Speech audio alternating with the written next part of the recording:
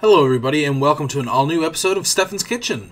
And this time I'm going to be doing kind of something that I've done before, not too long ago actually. It was roasted vegetables, but because Thanksgiving was not too long ago, I actually recorded myself making those roasted vegetables instead. So anyways, let's just get right into it. Let's cook Thanksgiving roasted vegetables. And like I said, there's going to be, subtle differences here. Not as many herbs are going to be used. I'm also going to be using beef stock instead. There's also going to be mushrooms included, fresh mushrooms. So first thing you're going to want to do is, take some onions. For this, I took 4 onions and just peeled them. You can take as many as you want. There's no quantities that you necessarily need for roasting vegetables. It's just all depends on what you want to have, more or less, And for me, onions give a lot of flavor, so I use, quite a few onions. Which, as you can see here, I have 4 set up and ready to go.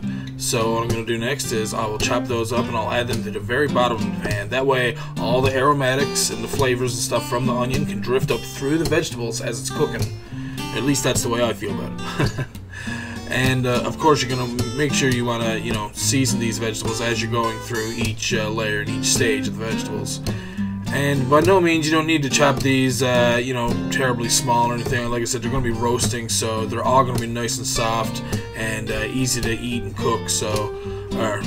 Easy to eat and cut up. So next, we're going to get some fresh carrots. These were actually farm-bought carrots that I got, which was really nice to have for a change. As you can see there in front of those are leeks, and they were store-bought leeks, because usually when I get leeks around here, they're really, really small, and I don't like small leeks. I like the really bigger, I guess more mature leeks that you can usually get at the grocery stores. And as you can see here, you get really nice big ones sometimes. So for leeks, you got to be really careful when you're using these, because just so you don't make your food taste gross, actually doing the opposite of what you really want it to do. It's a lot like an onion, but it's very mild. It has its own very distinct flavor, but like I said, it is very similar to an onion. Now the thing is with leeks is that these also, like onions, grow in the ground, so there's going to be dirt in them. And if you can see here, from that one piece that's cut in half over there right now, all the dirt can get in along the different layers of the leek. So you want to make sure that you wash thoroughly through the leeks and make sure, cut off any of the top parts. You don't have to chop off every single piece, but you can leave on some. Usually the top really dark green leaves at the very top of the leeks are really hard and papery, and, well, I should actually say more like cardboard. So I try to usually cut those off, and I try to leave just a little bit at the top, some that are more, tender and more edible, I guess. As you can see here, I'm just cleaning up the leeks, and what I do is I spread out each layer. I look through, I let the water run down through all the way, and if I see any dirt in particular, I'll run my thumb through that particular layer and help the leeks, get clean, get that dirt off. You don't want dirt and grit in your food. Usually when I make potato and leek soup, I use a lot of leeks for that as well, and I never have any grit in that. That's the last thing you want grit in, is a really smooth cream soup. So again, because it's a very, very nice aromatic, I'm just going to be putting these leeks in the very bottom of the pan along with the onions. And I try to spread them out as much as you can. Now this is a fairly big pan, but at the same time, because it's Thanksgiving, I've put on obviously too much. I like leftovers, especially for Thanksgiving and Christmas dinners. These cooked dinners like this are really nice. And another thing is that my next video is going to be boiled vegetables, the traditional Newfoundland way that we do it, and I'll explain how that works. And like I said, there's going to be a lot of extra food that was left over, and this done us for, geez, I think it was a week and a half that this Thanksgiving dinner lasted us. It was just so much food, and I'm going to be putting up hopefully 5 videos together, so well, not all at the same time, but one after the other kind of thing, and leading up to the whole dinner itself. So you will have some new things to look at for a change. Like I said, I know this is kind of repetitive and looks like, it's pretty much what you did before, but there are some subtle differences, and I'm going to try and explain to make sure, I explain as much as I can. Now, the thing is with carrots, especially big ones like these, is that they can be very, very hard to cook all the way through.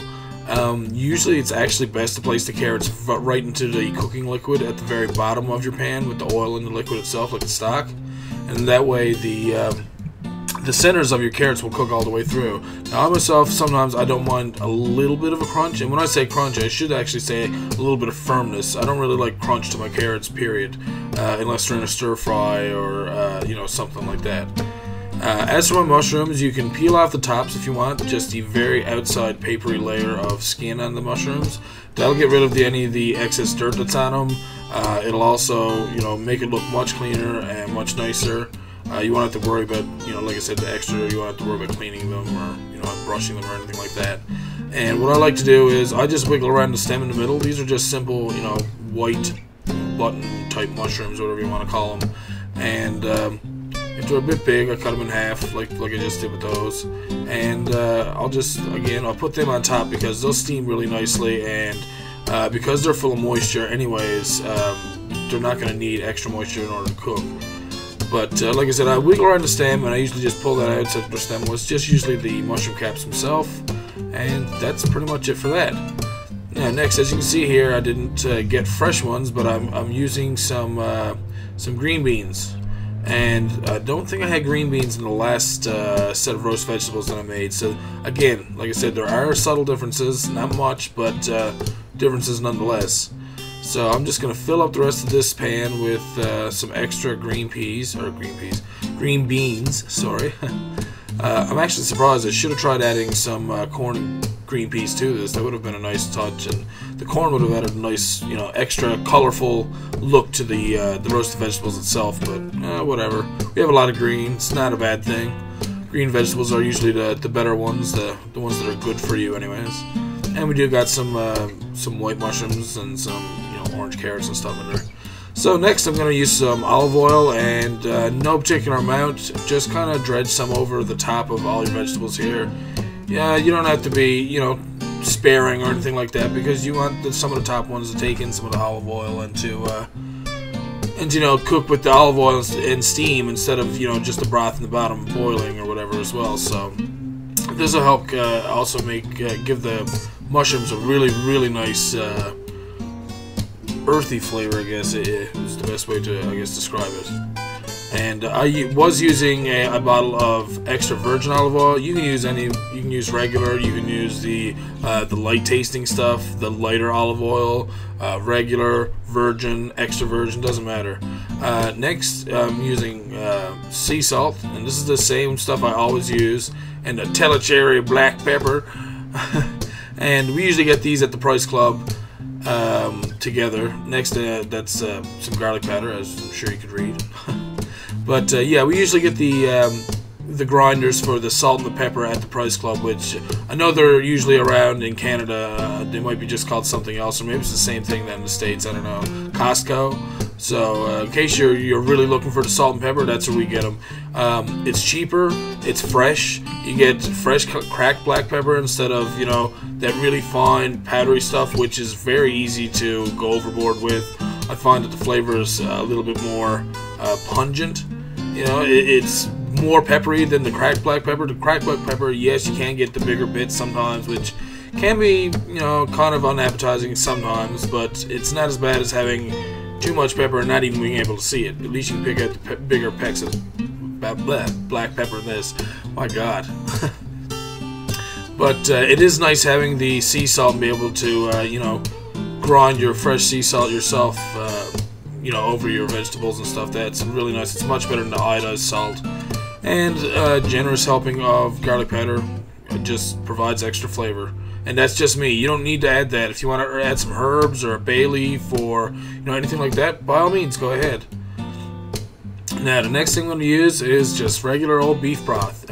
You can make some at home yourself if you want to. If you know how to do it, go ahead. I'll probably go about making beef stock sometime in the future when I actually have beef bones and, you know, things to do it with, kind of thing. But I usually just make my stock out of just meat, to be quite honest. But yeah, you don't want to have too much, just enough to coat the bottom of the pan so that way nothing sticks onto the bottom, and you have the added extra flavor of the beef stock there coming up through your vegetables. Now, before you put it in the oven, what I done here was I actually bought, as you can see there over on the right, I bought a full pound of butter, and I used some for my prime rib roast. And obviously, as you can see here, I used a little bit to put on top of my roasted vegetables. And like the olive oil, that'll slowly go down through, but it's nice natural butter, so it'll taste even better. But anyways, guys, you want to leave this in there and just use a fork and try and pierce the carrots. If the carrots are tender, your vegetables are good to go. So thank you guys for watching, and see you.